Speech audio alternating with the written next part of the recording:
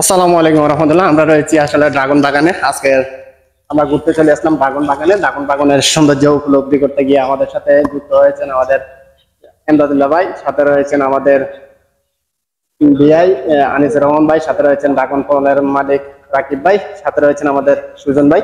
তো আমরা একে একে সবার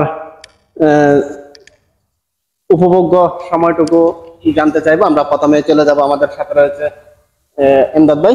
আমরা দেখতে পাচ্ছেন যে এটা হচ্ছে ড্রাগন ফলের ফুল। আপনারা সবাই ড্রাগন ফল খেয়েছেন, কিন্তু ড্রাগন ফলের ফুলগুলো কেমন সেটা কখনো দেখেন নাই। আমরা চেষ্টা করতেছি ড্রাগন ফলের ফুলগুলো আপনাদেরকে দেখাতে।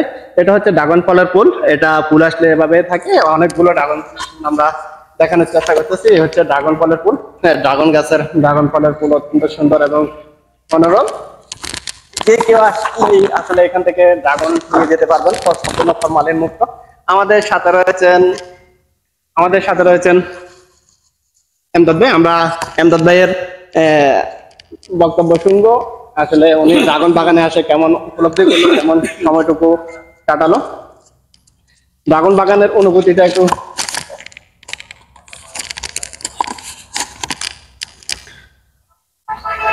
আসসালামু আলাইকুম সম্মানিত দর্শক, আমরা আজকে এসেছি ঢাকা চট্টগ্রাম মহাসড়ক সংলগ্ন 14 গ্রাম পৌরসভা নাটাপাড়া এলাকায়। এখানে সবার পরিচিত রাকিব ভাই 40% জায়গার মধ্যে উনি ড্রাগন চাষ করেছেন। এই ড্রাগনটি দেখতে খুবই সুন্দর, বাগানটি দেখতে খুব সুন্দর।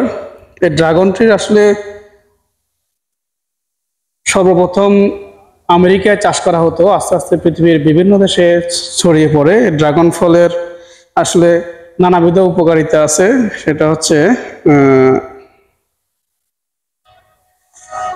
এটা কোলেস্ট্রল কমায়, হৃদযন্ত্র ভালো রাখে, ওজন কমাতে সাহায্য করে এবং ক্যান্সারের ঝুঁকি কমায়। বিশেষ করে এটা ডায়াবেটিসে আক্রান্ত রোগীদের জন্য উপকারী। এটা একেবারেই মিষ্টি নয়, মিডিয়াম মিষ্টি সম্পন্ন ড্রাগন, যা সব বয়সের নারী পুরুষ সবাই খেতে পারে। ধন্যবাদ সকলকে। ধন্যবাদ। আমরা এমদাদ ভাইয়ের বক্তব্য শুনলাম। এই ড্রাগন বাগানে এসে আসলে ড্রাগন বাগানে আসা সবাই খুশি। আমাদের সাংবাদিক সুজন ভাই অনেকগুলো পিক নিচ্ছে, আপনারা দেখতে পাচ্ছেন সুজন ভাই। আমরা একটু পরে সুজন ভাইয়ের বক্তব্য শুনবো। আসলে ড্রাগন বাগানে এসে কেমন অনুভব করলো, কেমন আনন্দ উপভোগ করলো ড্রাগন বাগানে এসে। আমরা সম্পূর্ণ ড্রাগন বাগানটি ঘুরে দেখানোর চেষ্টা করতেছি। সম্পূর্ণ ড্রাগন বাগানটি আমাদের সামনে রয়েছে। তো ধন্যবাদ সবাইকে। দেখাবো অন্য কোনো ভিডিওতে। আজকের মতো এখান থেকে বিদায়। আল্লাহ হাফেজ। সালামু আলাইকুম রহমতুল্লাহ।